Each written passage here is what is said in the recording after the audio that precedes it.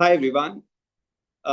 Today we are going to discuss these frequently asked questions both in Clat and AILET. That is, weaken the argument. We will again, as we have been doing in the past two sessions, first the assumption and then the inference. Even in today's session, what we'll do is we'll solve some weekend questions. We'll do a quick recap of the theory and then we'll start solving the questions.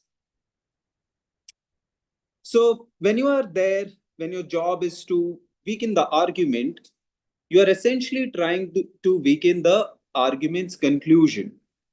Now, when you are about to weaken the argument's conclusion, the first step will obviously be figure what the conclusion of the argument is, right? And that's a critical step for all kind of critical reasoning questions that we do. Even when we were discussing assumptions, we said it's important, it's critical that we understand the argument in a manner that we understand exactly what the conclusion is. So even in weaken, we figure first what the conclusion is, because that's what's needs to be weakened, right? Or sometimes also it's some other position in the argument that has to be weakened. For example, there is some expert's opinion cited in the passage, and we have to weaken the expert's opinion. Or some study is cited and a conclusion is drawn from the study. Now, this may not be the author's own conclusion, but a certain conclusion is drawn from the study, and we have to weaken that conclusion. Yeah. So, if we have to weaken the author's argument, then we are figuring the author's conclusion, author's viewpoint. Or if it is somebody else's position that we have to weaken, we have to be sure of that position, right? So the correct option in a weakened question will either attack one of the assumptions made in the argument, and that's what usually happens in a weakened question. The correct option is actually one attacking the assumption. But sometimes what also happens is it's a straightforward question. It's an easier question. So the correct option is actually attacking one of the truths, one of the factual support given there in the argument. So it's like, some evidence is cited, some data is cited, right? And the correct option, what it is doing is it is showing that that evidence or that factual support or that data is actually factually incorrect. You would imagine such options would be easy to spot, right? So yes, in a very easy, straightforward weekend question, an attack may also happen on the premise, but largely we'll see questions where the attack is on one of the assumptions that's made in the argument. So what are some common weakening scenarios? How does an argument gives us an opportunity to weaken it? So some of the weakening scenarios are, and this is very frequently tested, alternative explanation. So what is meant by alternative explanation? Now, alternative explanation is something, for example, the author believes that for a certain problem, let's say the problem is B, right? So for a certain problem, the author believes that A is the cause, right? A is the cause. Now, in order to resolve for the problem, in order to find a solution for the problem, the author tells us or suggests that A has to be addressed, right? You address A, the cause of the problem, and the problem gets addressed. Now, if there is an option that says actually C is the cause for B, the problem that is, C is actually the cause for B, right? Then will it weaken the author's argument?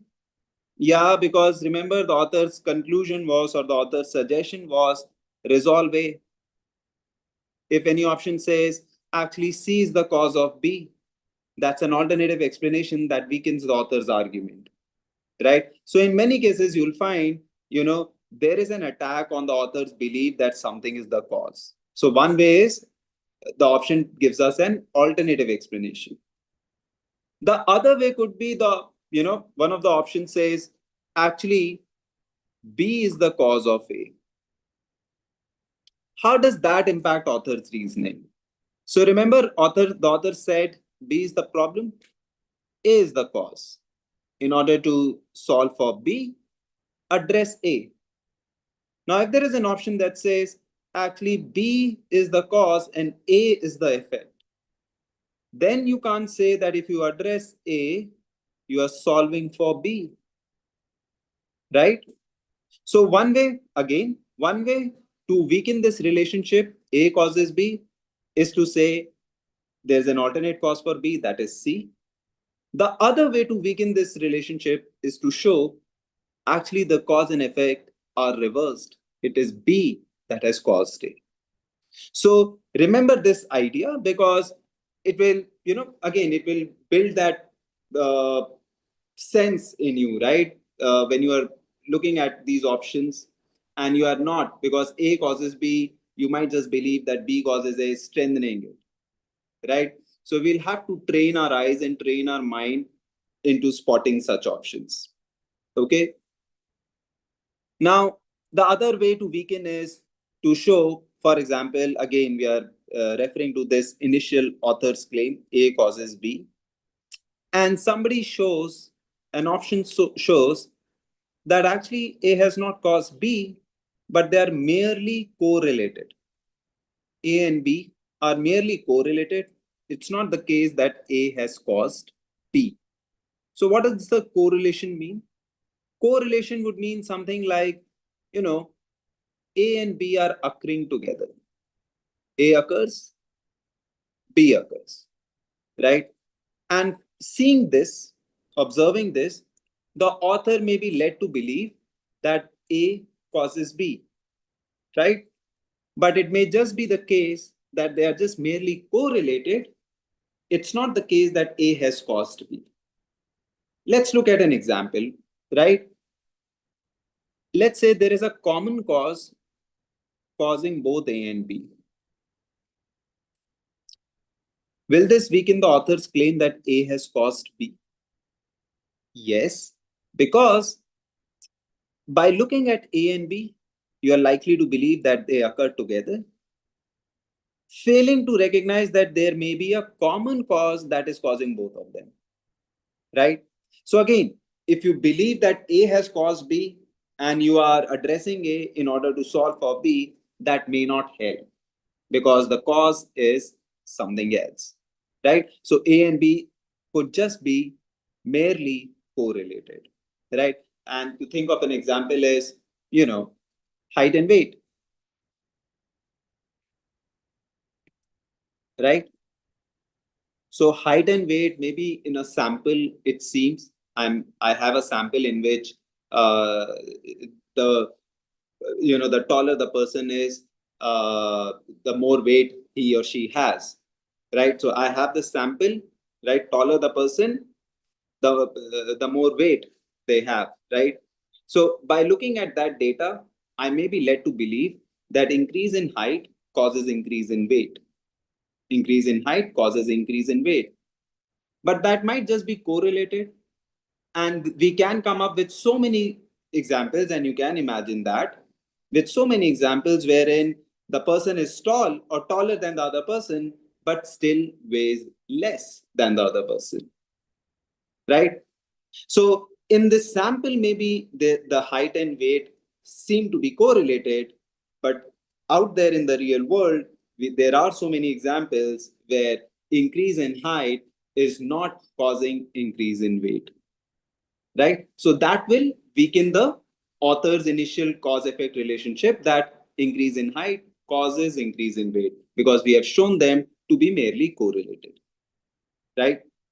Or other ways to weaken the argument is some option gives us evidence that the sample that the author has considered isn't representative, or in other words, the sample is too small. It's like, this option comes up with evidence or data or some example that goes against the author's original position, right? And missing evidence would also be something like that. It gives us some evidence. The option gives us some evidence that that fails or that tends to fail the author's argument, right? So these are the various opportunities that the argument can give us to weaken that particular argument, right?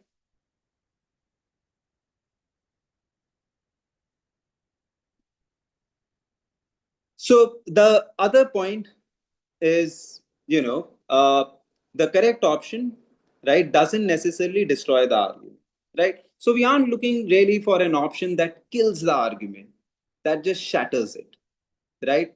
Any option that does the best job to show that the conclusion is less likely to follow, right, will be the correct option. So remember, we aren't really or necessarily looking for an option that just destroys the argument. Even if we find an option that makes the conclusion much less likely, can be the correct option, right? We are just there to figure the best option, right? Now, with this, we can move on to solving some questions. We'll start at this one. So I'll give you some time to figure the answer on your own, and then we'll discuss it.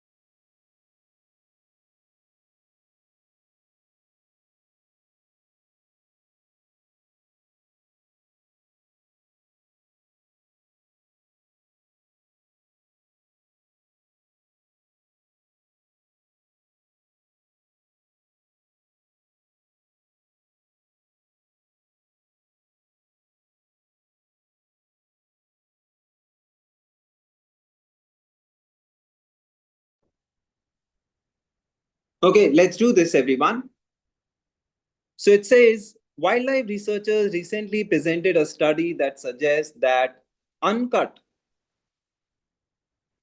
uncut house lawn grass resembles the natural habitat of snakes. Further, they suggested that snakes are attracted to uncut lawns if the grass grows more than 6 inches, right? For that reason, they concluded, and this is the conclusion. Just look at the conclusion. People should mow their lawns before the grass grows taller than 6 inches. That people should do this to avoid, snakes breeding in their lawns. Now we have to weaken this conclusion, right? I'll just write here that this is the conclusion. and we have to weaken this. Let's look at A. Many species of snakes are known to thrive in deserts where there is hardly any grass or habitat. So many species of snakes thrive in deserts also. Can there still be species of snakes that thrives in lawns with uncut grass? So many species thrive in deserts. Can there still be snakes that thrive in these uncut lawns, especially the ones that have grass taller than 6 inches? Right, they can, right? So it doesn't really weaken the conclusion that people should mow their lawns. So A is, we can say, a no impact option. No impact would mean it has no impact on the conclusion.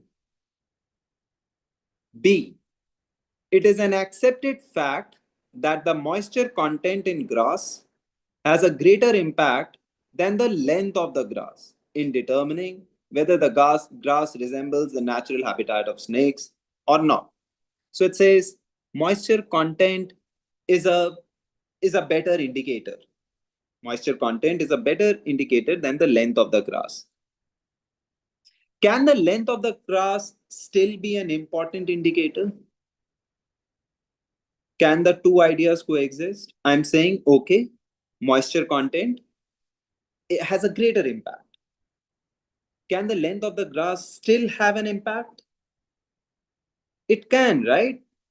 So again, this doesn't really weaken the author's conclusion. So B is out. We are still looking for a much better option. Let's look at C. The researchers found that among lawns that resemble the natural habitat of snakes, the incidence of, and just look at this carefully, the incidence of snake presence was no higher in the uncut lawns than among the cut lawns. So it tells us there was no real difference between cut lawns and uncut lawns. Then the advice for people to mow their lawns, does it become pointless? Yes, it does, right? Because the incidence of snake presence was no higher would mean either it is less or equal. So the chances of snake presence are either less or equal to those lawns that are actually cut. So uncut and cut, comparable. So the advice towards the end becomes meaningless, right? So this substantially attacks the argument C looks good. D says the researchers found that grass in lawns in rural areas grew twice as fast as grass in lawns in urban areas. Okay, what's the point? Is it weakening the argument or strengthening it? We don't know. It does neither. D is also out. Option C is correct here, everyone. Do we agree? Can we move to the next question now?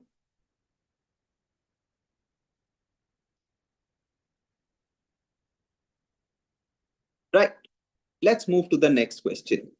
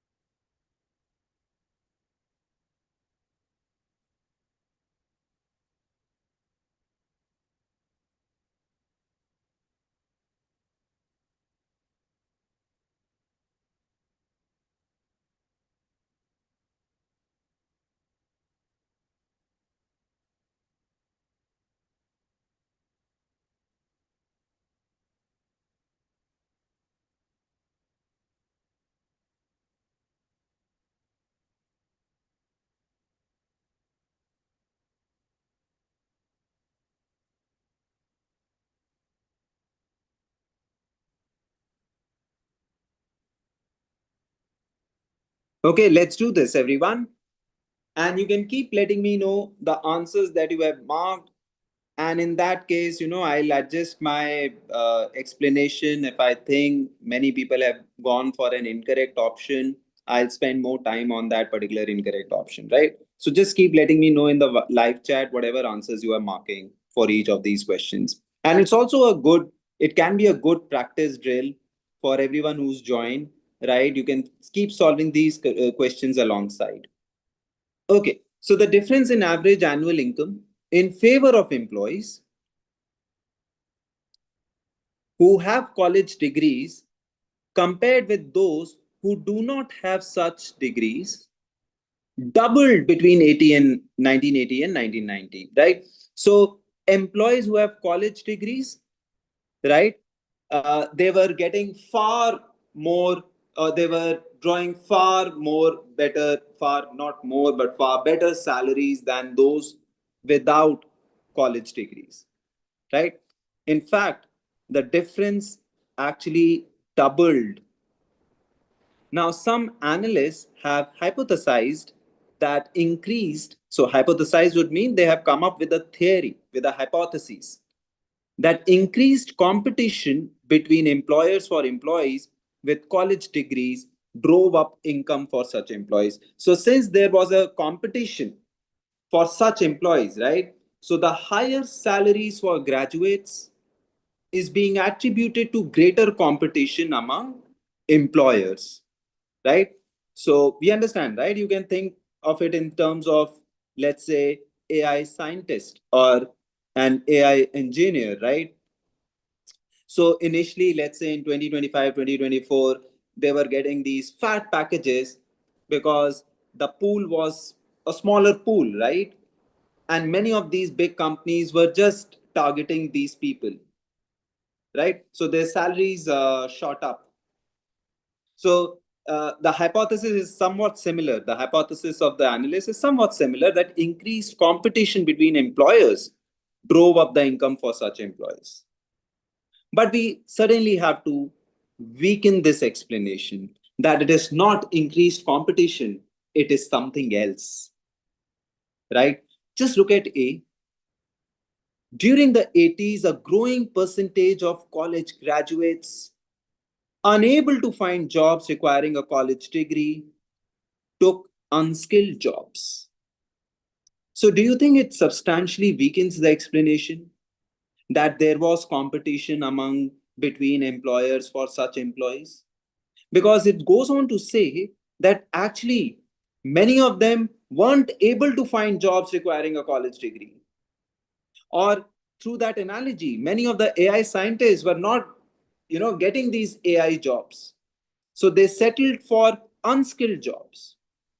And this substantially weakens the argument, right? This substantially weakens the explanation. This shows that something else, something else was the reason, not the competition between, or not the high demand for college graduates, right? A is good. B says the average age of all employees increased slightly during the 80s. Average age.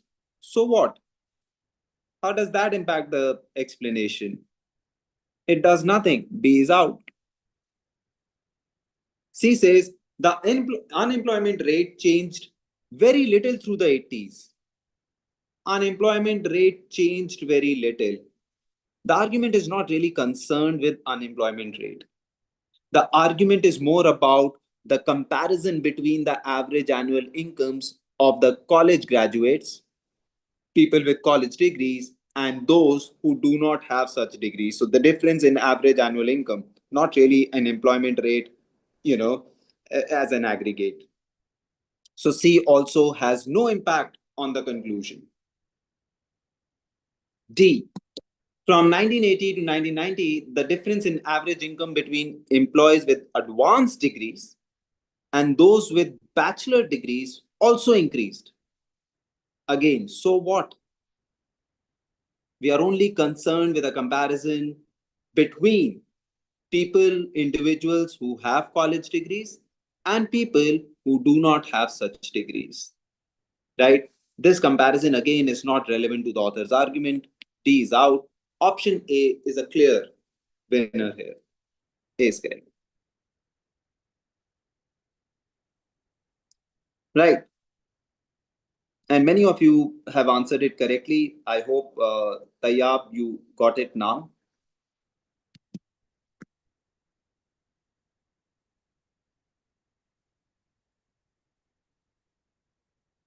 Good. Okay. Let's move to the next one now.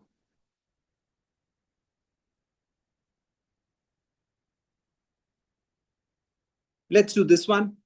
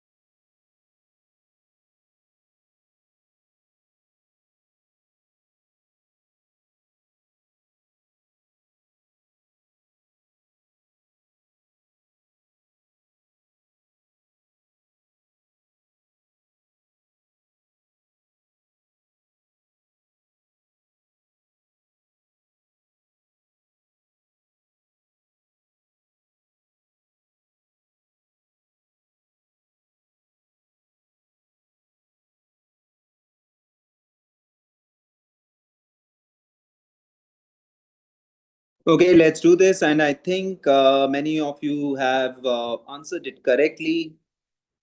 So Divyanshi and Yukta, you both have answered this correctly. But let's do this together.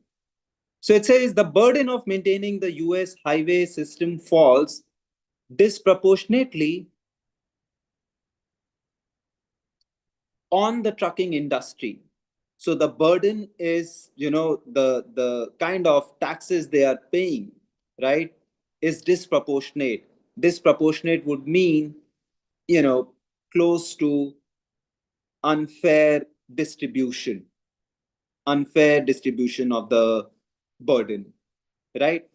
Trucks represent, and the reason given for this is trucks represent only about 10% of the vehicles on the US roads. So it's like their share is only 10% and they're still paying, disproportionately high taxes. Yet, road use taxes assessed on trucks amounts to almost half the taxes. 10% vehicles, half the taxes. The author calls it disproportionate. We have to weaken this. We have to show that it's actually fair. Now, A says the trucking industry has enjoyed record after tax profits in 3 of the past 4 years. Oh, that's okay. It just tells us that it has enjoyed profits, but it could still be the case that they are paying an unfair tax, right? They're paying disproportionately high tax, right? It could still be true. So option A does nothing, no impact, out. B says because of their weight, trucks cause over 50% of the damage sustained by highway surfaces each year. So option B draws our attention to a different metric. And yes, this metric is more relevant to assess the taxes that the trucks are paying, right? This you would imagine that this metric is what we need more than the share of vehicles. If trucks are causing more than 50% of the damage, it's only fair that they're paying almost half the taxes to maintain such a highway, right? For its upkeep and for its repair. So B is good. C, without an economically viable trucking industry, the cost of goods in the United States would rise significantly. Okay, this gives us an economic consequence, but does it weaken the claim that they are being taxed disproportionately? No. So C is out, no impact. D says road use taxes paid by trucking companies have decreased by 3% over the past 5 years. It has decreased by 3%. Could it still be disproportionately high? Yeah, it could still be disproportionately high, right? So D also has no impact. Option B, and many of you, I think almost all of you have marked B here. B is correct. Good job.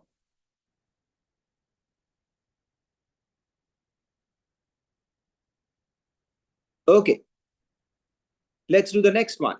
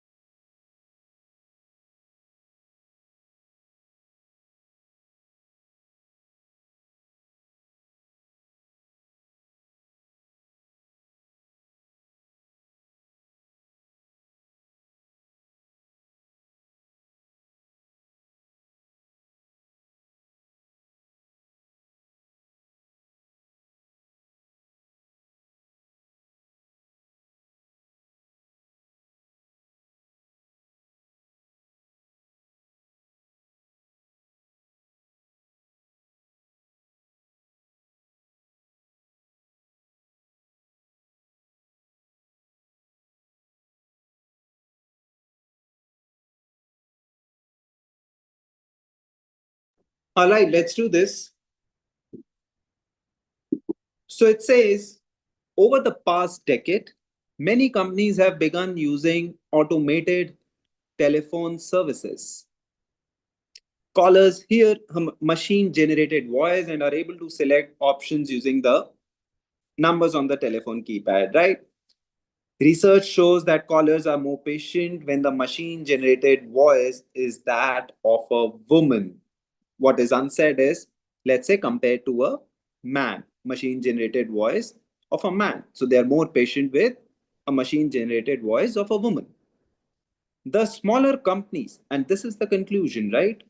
Smaller companies that cannot afford automated services should consider hiring women rather than men to interact with customers by phone, right? So there's an implicit assumption here, right? The assumption being people who are more patient with female automated voices will also be more patient with female human operators, right? That's the assumption. So we really have to attack this assumption. We really have to show that keeping or hiring women is not that great an idea, or it won't solve the purpose, or it won't be a replacement for automated services, wherein the voice is that of a woman, right? Now, let's look at the options. A says automated telephone services are becoming cheaper and cheaper every year. So what? We just have to check whether hiring women will be as good an idea or a comparable idea. Option A does not tell us. Option A does not tell us that. So it is a no impact option. A is out. Let's look at B. Patient customers tend to order more products and return fewer products than impatient customers. This just shows that it's better to have patient customers than the impatient ones. But it still does not show us whether hiring women would be a good idea. Would replace machine generated voice of a woman, right? So B is also out. C, a separated study indicated that extra patience exhibited by callers is limited to interactions with an automated system. And this attacks the assumption, right? People are patient with female automated voices, but not necessarily with female human operators. Since the conclusion is about hiring women, the evidence no longer applies, right? So C is good. D says some customers prefer automated systems to talking with a live person. That's okay. That's okay. In while they are talking with a live person, do they prefer women over men? Will hiring women be a better option than hiring men? Will hiring women be still a comparable option, right? To having a machine generated voice of a woman, right? That can all still hold true. So it does not necessarily, and talks of some customers, right? Some customers could be very few of them. So D again is irrelevant. Option C is correct. It just shows, right? It just shows that people will be patient with female automated voices, but not necessarily with human, female human operators. And I think, again, almost all of you had given C as the option, and you are all right. C is correct. Let's do the fifth one then.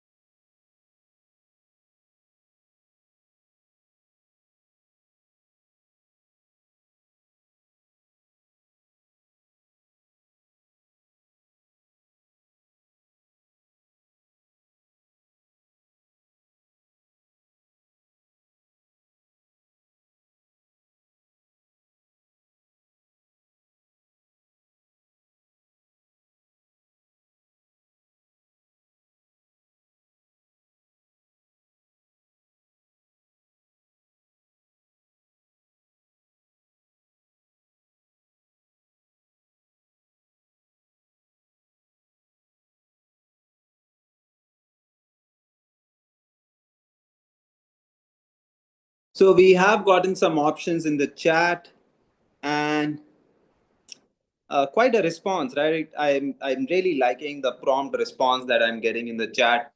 Let's look at this one. It says a certain mayor has proposed a fee of $5 per day on private vehicle entering the city, claiming that the fee will alleviate the city's traffic congestion. Uh, the mayor reasons that since the fee will exceed the cost of round trip bus fare, many nearby points, many people will switch from using their cars to using the bus. So the $5 per day will pinch them, right? Will discourage them from taking their private vehicles to the city center or for commuting, right? And they'll, then switch to bus, right? So the money, the toll or the tax or the fee, that will discourage these people, right? Now let's look at the options.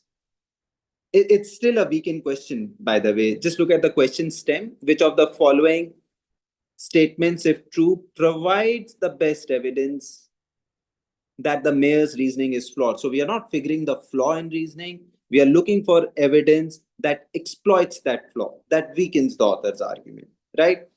Option A says projected increases in the price of gasoline will increase the cost of taking private vehicle into the city. If anything, that actually would tend to strengthen the prediction. It says if the price of gasoline increases, the cost of taking private vehicle into the city will also increase.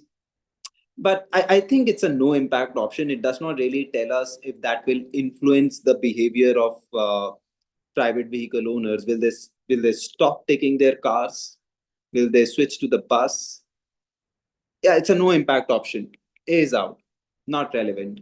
B, the cost of parking fees already makes it considerable more expensive for most people to take a private vehicle into the city than to take a bus. And this option is quite good actually. It just tells us that driving a private vehicle is already much more expensive than taking the bus. Yet, people are still choosing to drive. Therefore, probably the $5 fee won't change the behavior, right? So, this actually weakens the claim or the mayor's prediction that people will switch to bus. They're already paying extra, right? It's already considerably more expensive for them to use private vehicle, and they're still doing it. So, an additional $5 per day may not just encourage them to switch. So B is good. We'll keep it. C, most of the people currently riding the bus do not own private vehicles. We are not concerned with this audience who's already taking the bus. We are concerned with people who are currently using private vehicle. Option C does nothing to the argument. C is out. D says many commuters opposing the mayor's plan have indicated that they would rather endure traffic congestion than pay a $5 per day fee. So just look at this, and this is quite an option because many people think D is correct because they are opposing something. But just look carefully what exactly they are opposing. They are saying we will not pay a $5 per day fee, right? So it looks that they are not comfortable paying this $5. What does it indicate? It indicates that they might just switch, right? They are not wanting to pay this $5. So they might just switch, endure traffic congestion, right? So they are fine with this discomfort than paying $5 per day fee. For them it is expensive, right? And that actually supports the mayor's sort of prediction that people will be discouraged to take out their cars. So D, instead of weakening, actually looks like strengthening. Option B is correct. right?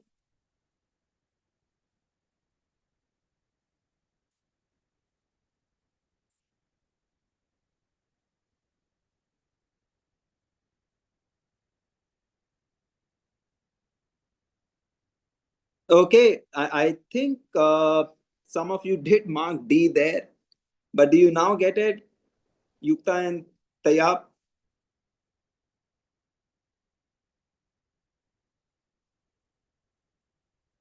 Yeah, D is correct. Tayab, D is correct. D is just a, let's say, a decoy option. It's just there to mislead you. Okay, let's do this one.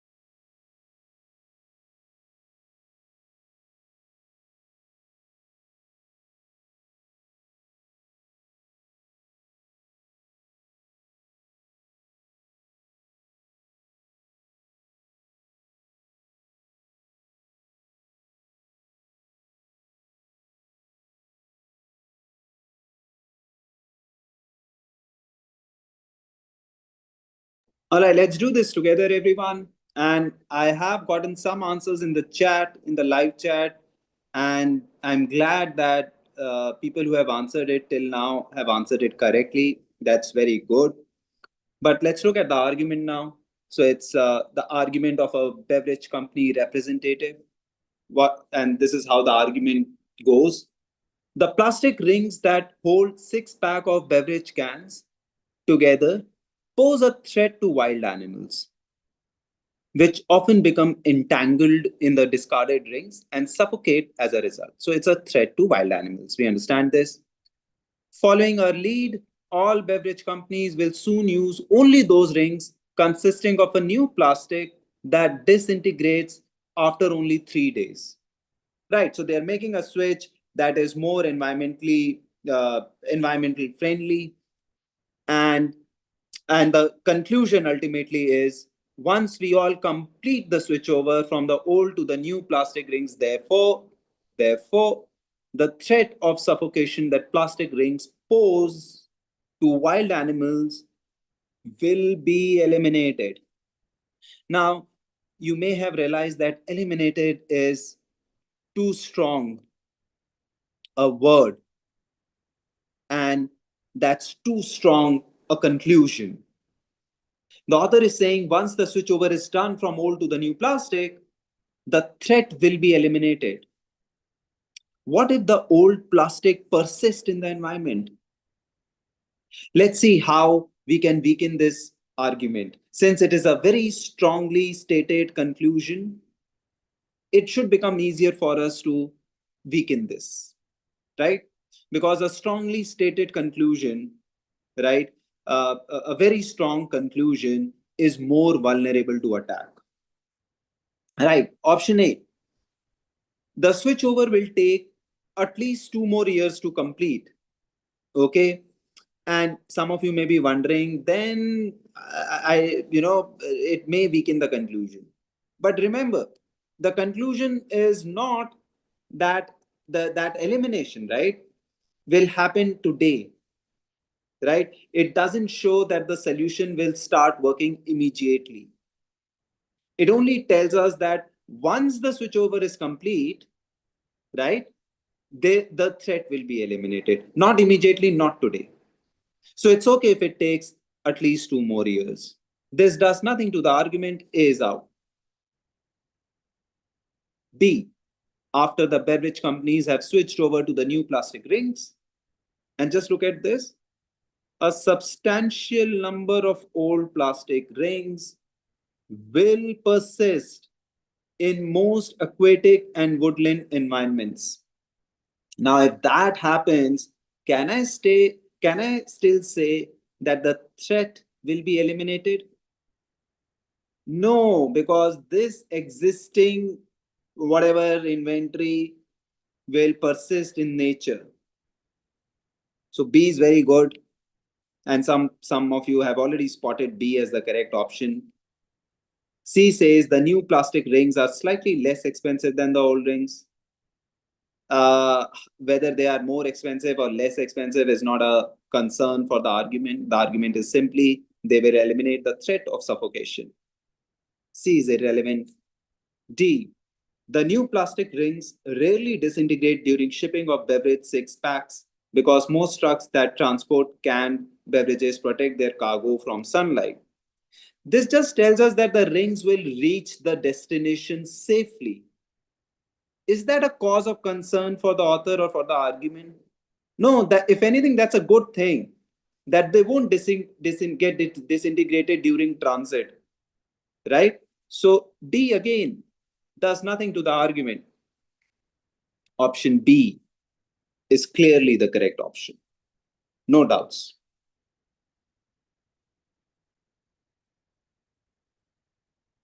Right, right. So D as I said, right? D may it's just telling us कि transit में they won't get disintegrated.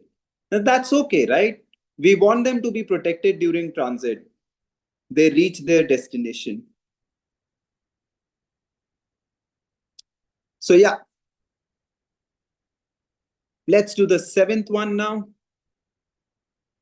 And we aim to do 10 today, right? So yeah, save your stamina for the next 2 to 3 more questions.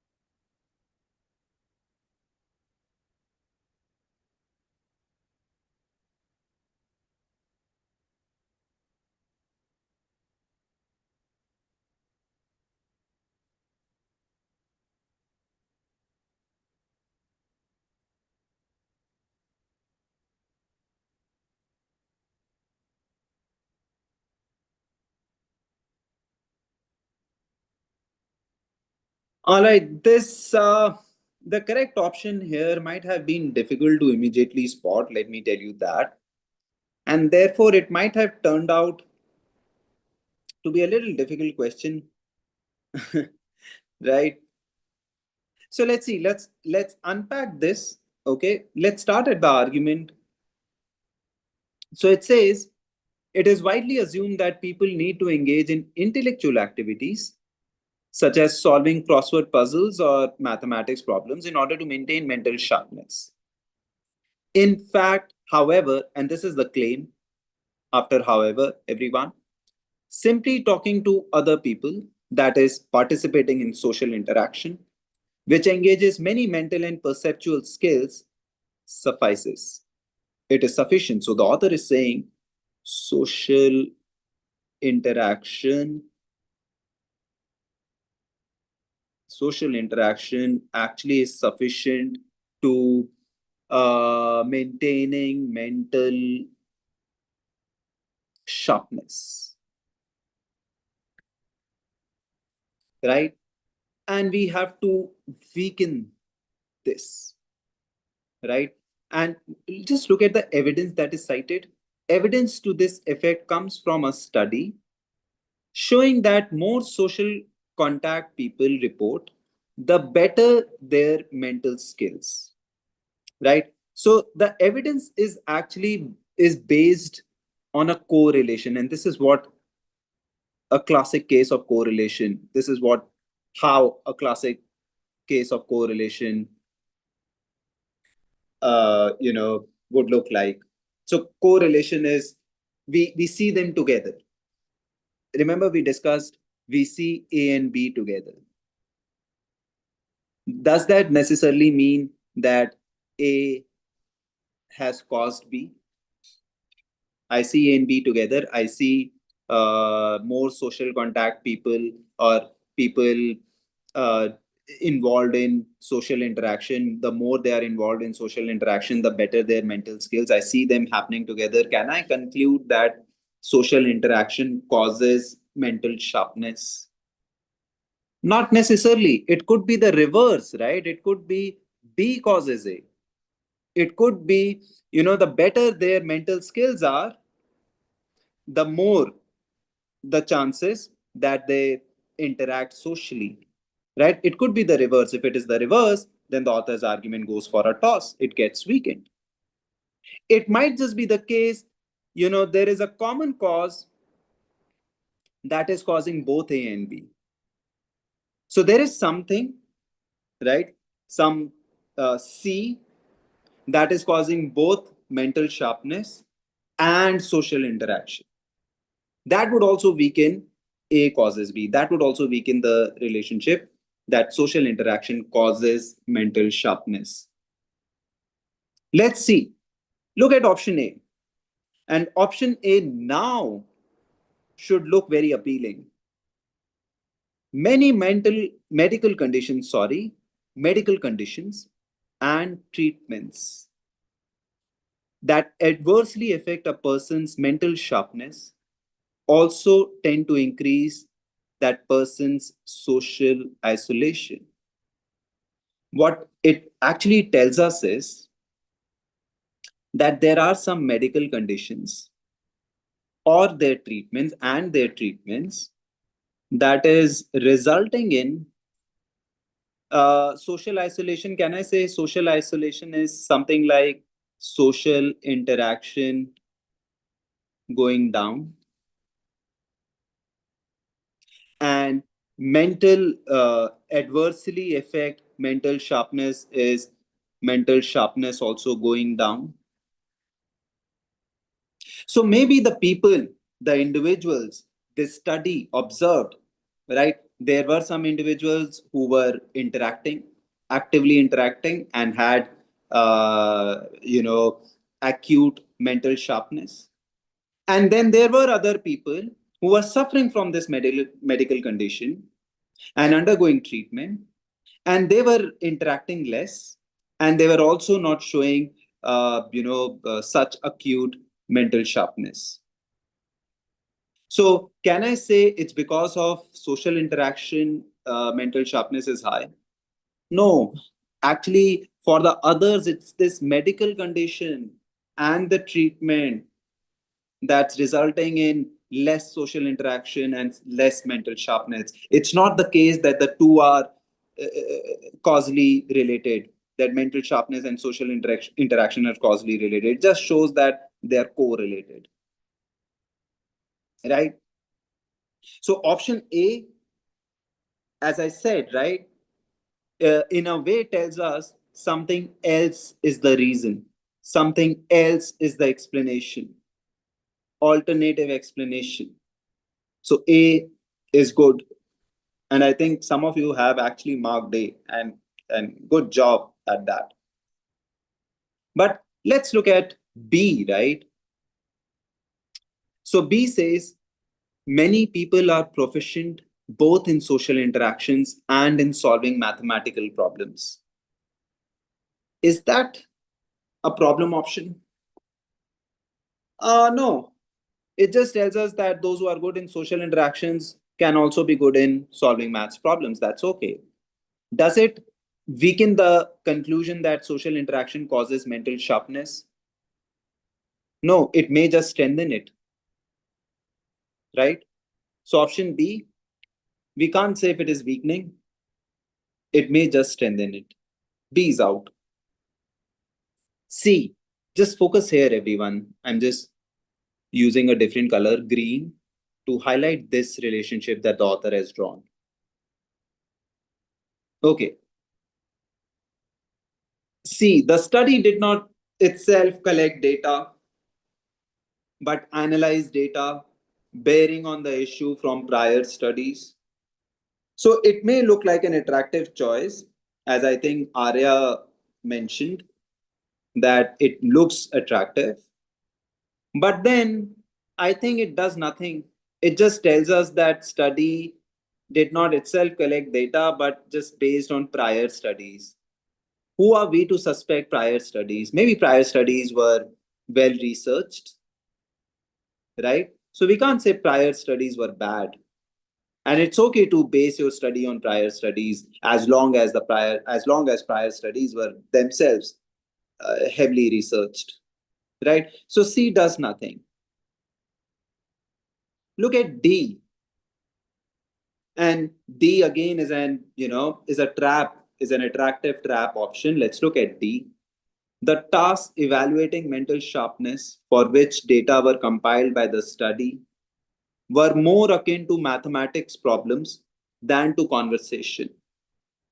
And again, just ask yourself, how does this weaken this claim that social interaction maintains or you know keeps your mental sharpness high? It does nothing. It just tells us that the study is more similar to mathematical solving mathematical problems than to conversation, right? I think if anything, this tends to strengthen the argument, right? If there are mathematical problems and people are interacting socially and they're able to solve mathematical problems, of course I can make a conclusion that they are showing acute mental sharpness, right? So it's doing no harm. It's doing no harm to the argument. D is out. Option A is correct. Difficult to spot, but yes, it tells us that something else is at play. Something else is causing both, uh, you know, social isolation, which is less social interaction, and a decline in mental sharpness. These are medical conditions and treatments. Okay, so this was a difficult question. Let me say that again.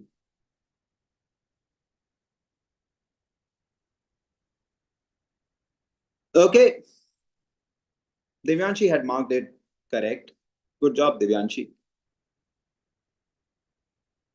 Okay, let's go on to the next one then. The eighth one.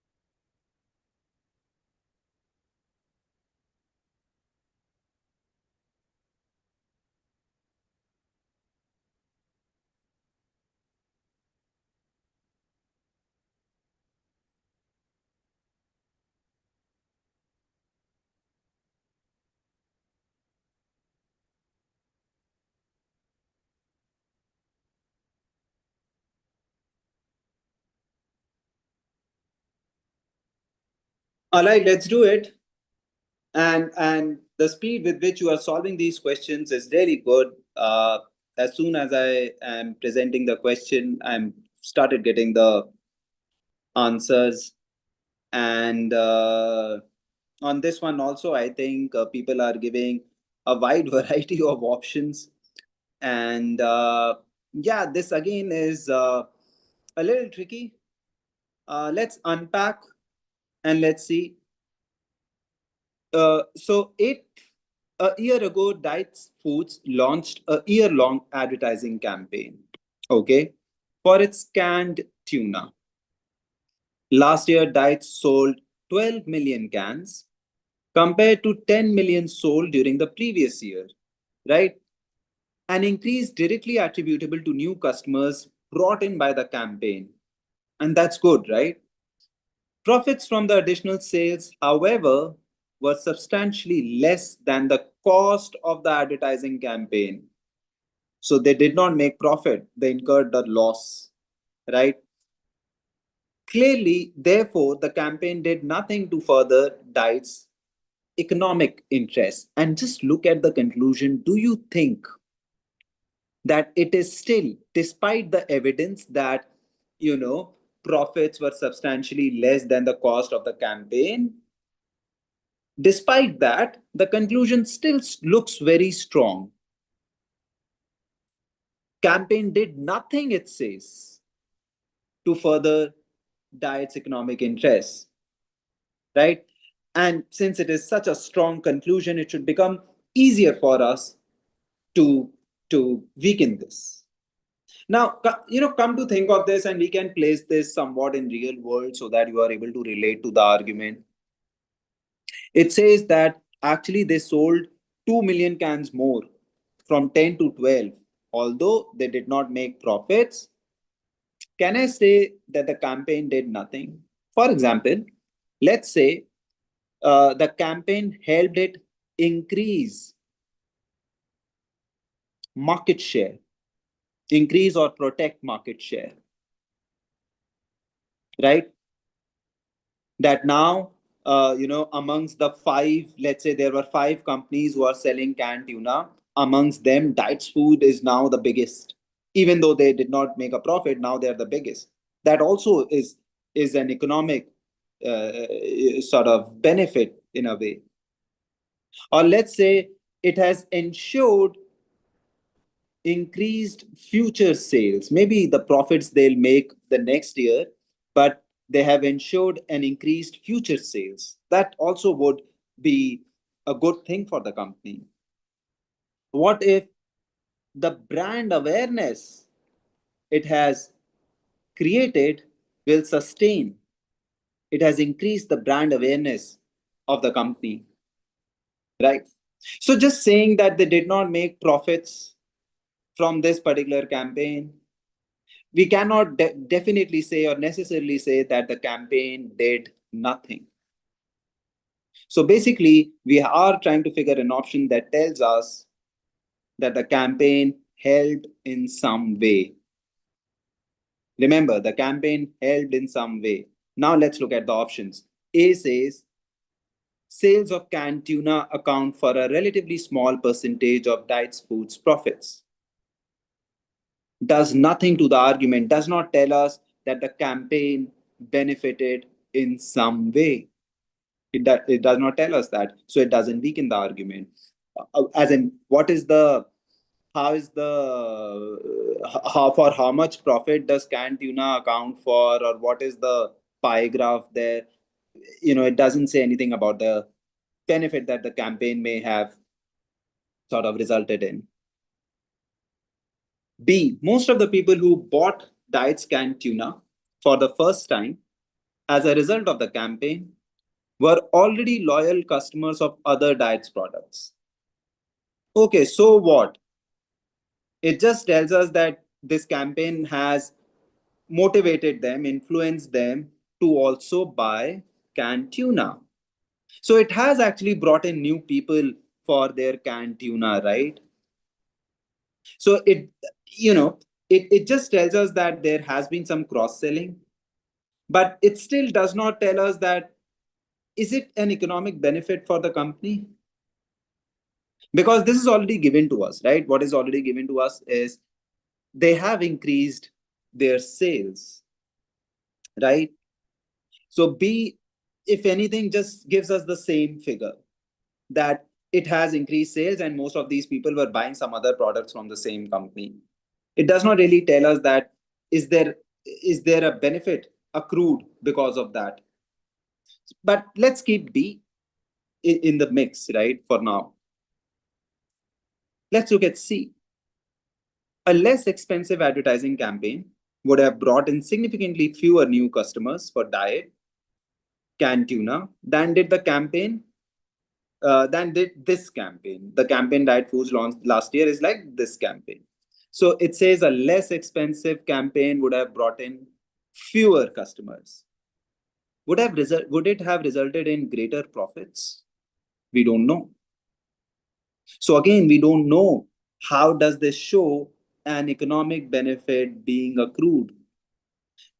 Remember, we are looking for an option that tells us that this campaign has brought in some benefit to the company. B and C are rather neutral on that. They do not really specify as to what that benefit is. Let's look at D. In each of the past 5 years, and this is a tricky one, there was a steep industry-wide decline in sales of canned tuna, right? In each of the past 5 years, very recent, there was a steep industry-wide decline in sales of canned tuna. So across industry, there was a decline in sales. What happened with diet foods? Their sales increased. So did they stand out in the market because of that? Yes, of course. Did they increase their market share? Quite probably. For everyone else, there was a decline in sales. For diet foods, there was an increase in sales. That in itself shows some benefit from the campaign. They broke the industry trend of a decline in sales. So D actually is correct, everyone.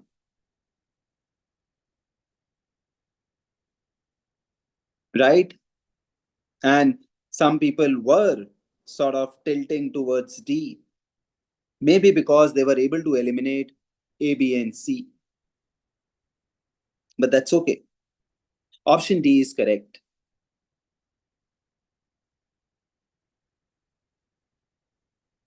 Right? Okay, so do some of these questions again, right? Especially the eighth one, and I think the seventh one also. But now let's go on to the next one, which is the ninth one. And this is the last but one question that we'll do.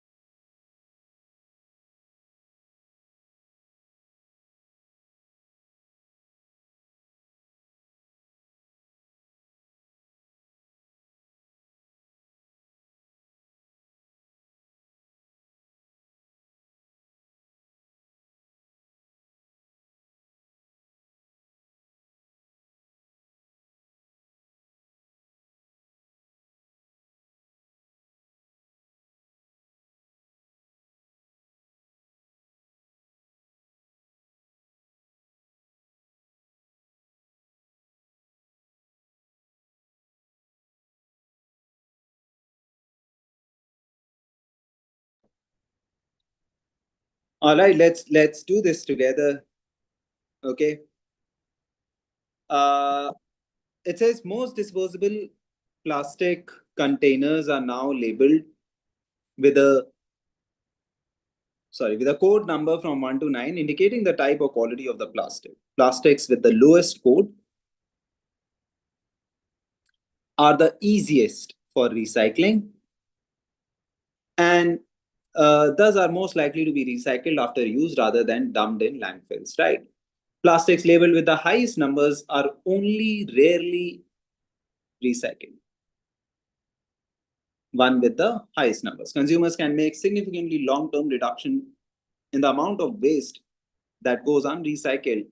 Therefore, by refusing to purchase those products packaged in plastic containers labeled with the highest code number, right? So basically, it's an appeal to the consumers to start behaving more responsibly and refusing to purchase the products packed in plastic containers labeled with the highest code numbers 8 or 9, right?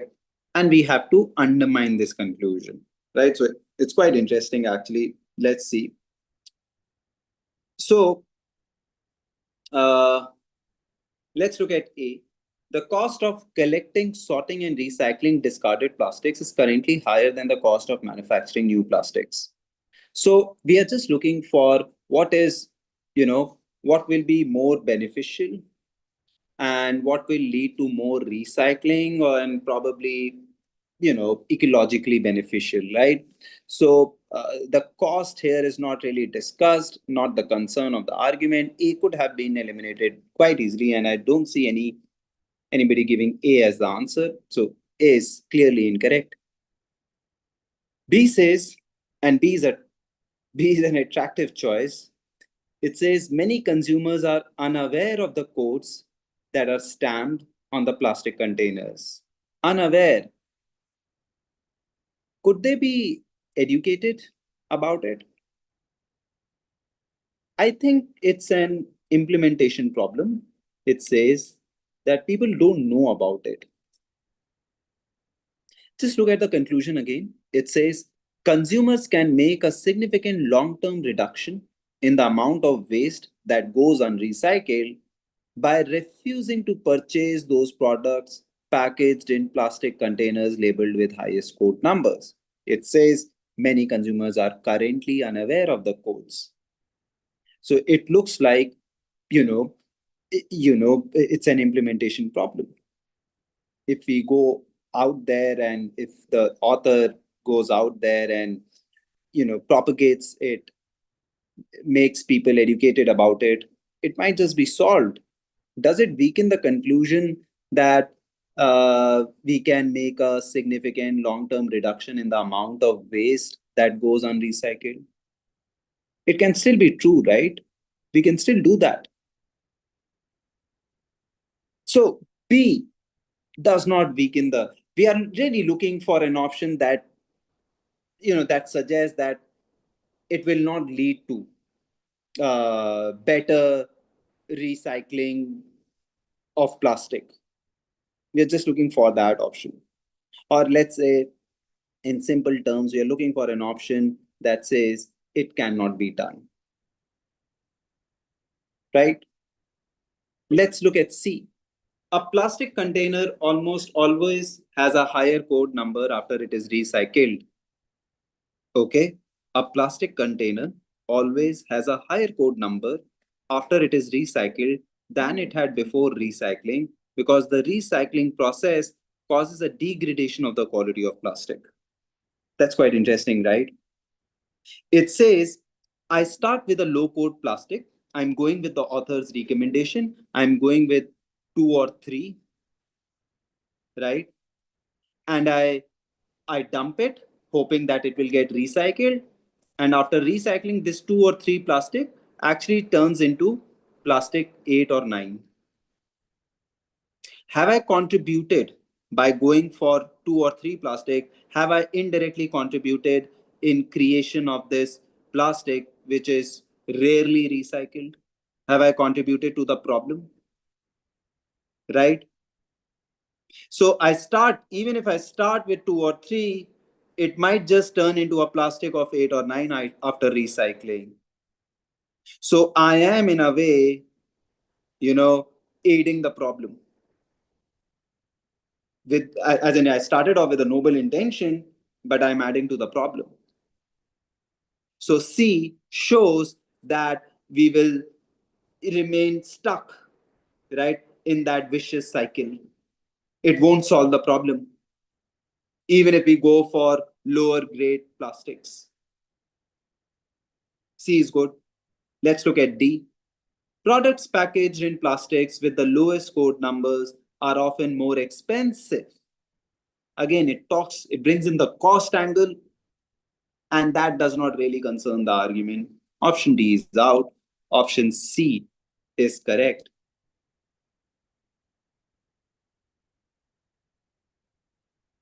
Right, everyone? Yeah, some of you did reach C, and that's good, especially after having done the first eight questions with, on the screen at that, and with some amount of mental fatigue at this hour of the evening. Reaching C on this one, quite a commendable job. But that should not end there, Divyanshi and Arya, because we have one more question to do, which is this one. And this one involves a slightly longer passage. So you will read the passage first, and then we'll see the question on the next slide. The question will concern the last line of the passage. So that's a good thing that it is already bolded. So you should read the entire passage for sure, but you can focus your attention especially towards the last line.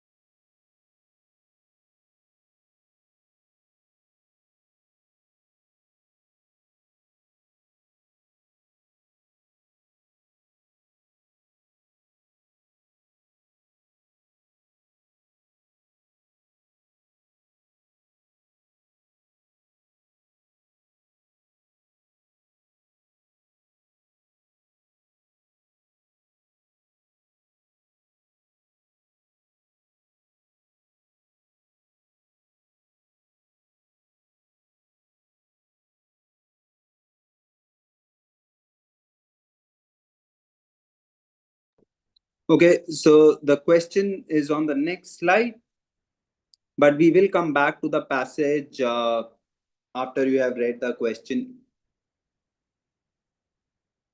So you attempt it, and then we'll start at the passage again.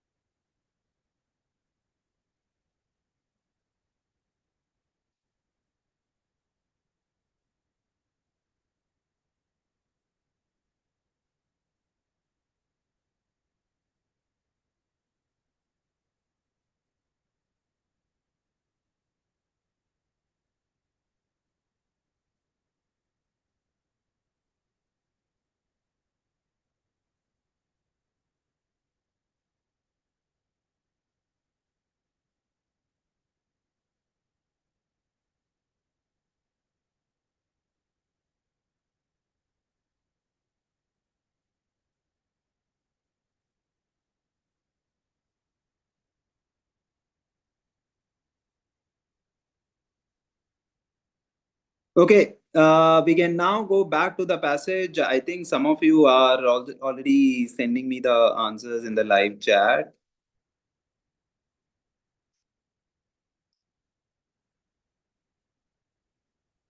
Okay, let's discuss the passage once and then we can come back to the question, okay?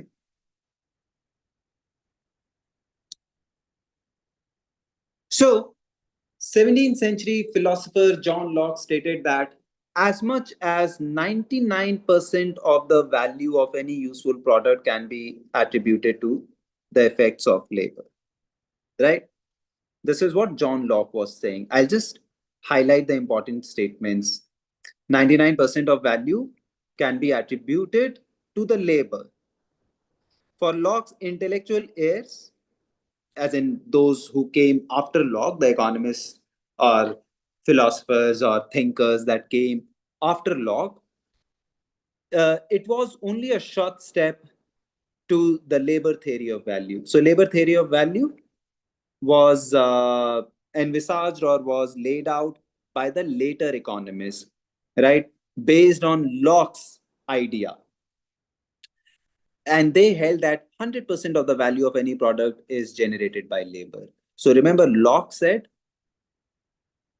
99% is attributed to labor. And based on that, later economists, right, they said they introduced this labor theory of value. And labor theory of value said actually 100% is attributed to labor. So it's not John Locke who sort of theorized labor theory of value. It was the later economists based on Locke's idea, right? And labor, by labor, they mean the employer who appropriates any part of product's value as profit is practicing theft. So that's an extreme position that the later economists took. They're saying if the owner, employer, is taking anything as profit, it is theft because everything is attributed to labor. So it should be distributed amongst the employees. The company owner, the employer should not take anything as profit because everything is attributed to labor, 100%. And then there is a critique of this theory, author's critique. Just look at this. Although human effort is required to produce goods for the consumer market, effort is also invested in making capital goods. So basically, the author is saying not everything can be attributed to labor. There are also capital goods like tools, machines, maybe technology, plants, equipment, and that is the owner's investment. And therefore, owner is justified in taking back the profit. So don't say that if the owner takes back profit, that's theft because he's investing in the tools and the machinery and the plant, right? In modern economies, about 1/3 of the total output of consumer goods is attributed to the use of capital goods, which is not labor. Approximately 2/3 of the income derived from this total output is paid out to worker as wages. So they are already getting their fair share as wages. Everything can't be attributed to labor. Moreover, part of this remaining third is received by workers who are shareholders, pension beneficiaries, and the like. So 1/3 is also going towards paying shareholders, who are the, sometimes the employees themselves, and pension beneficiaries, again, employees. So much of the money is going to the employees, despite that 2/3 is attributable to capital goods. So don't say it's an unfair distribution. They are getting their fair share. The labor is getting their fair share. 100% can't be attributed. That's the author's point. Now look at the last line of the argument, author's argument. He makes a bigger claim here. He says the labor theory of value systematically disregards the productive contribution of capital goods. So far, we agree. So far, we agree with the criticism. But it makes an additional point. Just look at the point after hyphen. A failing for which Locke must bear part of the blame. So labor theory of value is disregarding contribution of capital goods like tools and machine and equipment that he has explained, but he's also making an additional point that, and Locke will have to bear the blame of labor theory of value. And remember, Locke himself has not given that theory. Later economists have given that theory, right? So we have to show basically that Locke should not be blamed for this. We are looking for an option that tells us that it's okay, the later economists have done a disservice, maybe, but then why should Locke bear the blame? We are looking for an option that sort of creates a doubt on that conclusion. Let's look at A. Locke was unfamiliar with the labor theory of value.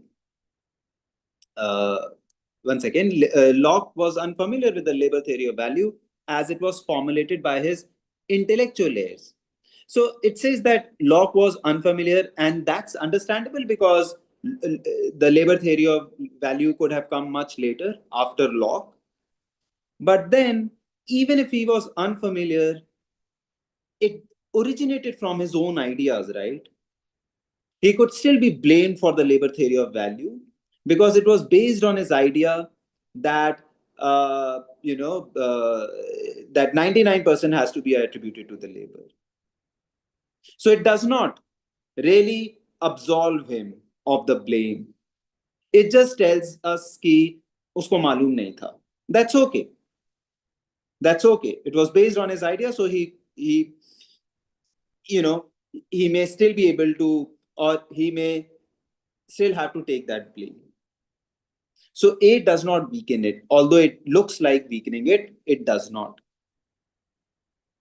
B says, in Locke's day, there was no possibility of ordinary workers becoming shareholders or pension beneficiaries. That's okay. That's okay. That does not still tell us that Locke should not bear the blame. It still does not tell us. It could still be the case that labor theory of value was actually based on his idea, and since labor theory of value is a flawed one, Locke will have to take the blame. It still does not weaken it. So B is out. C. During Locke's lifetime, capital goods did not make a significant productive contribution to the economy. Now look at this carefully. When Locke said that 99% should be attributed to labor, right? In those times, capital goods did not make a significant productive contribution. So maybe it was good in Locke's times, but fails miserably, right? Let's say not good. The theory is not good for modern times. So does it absolve Locke? Yes, it does.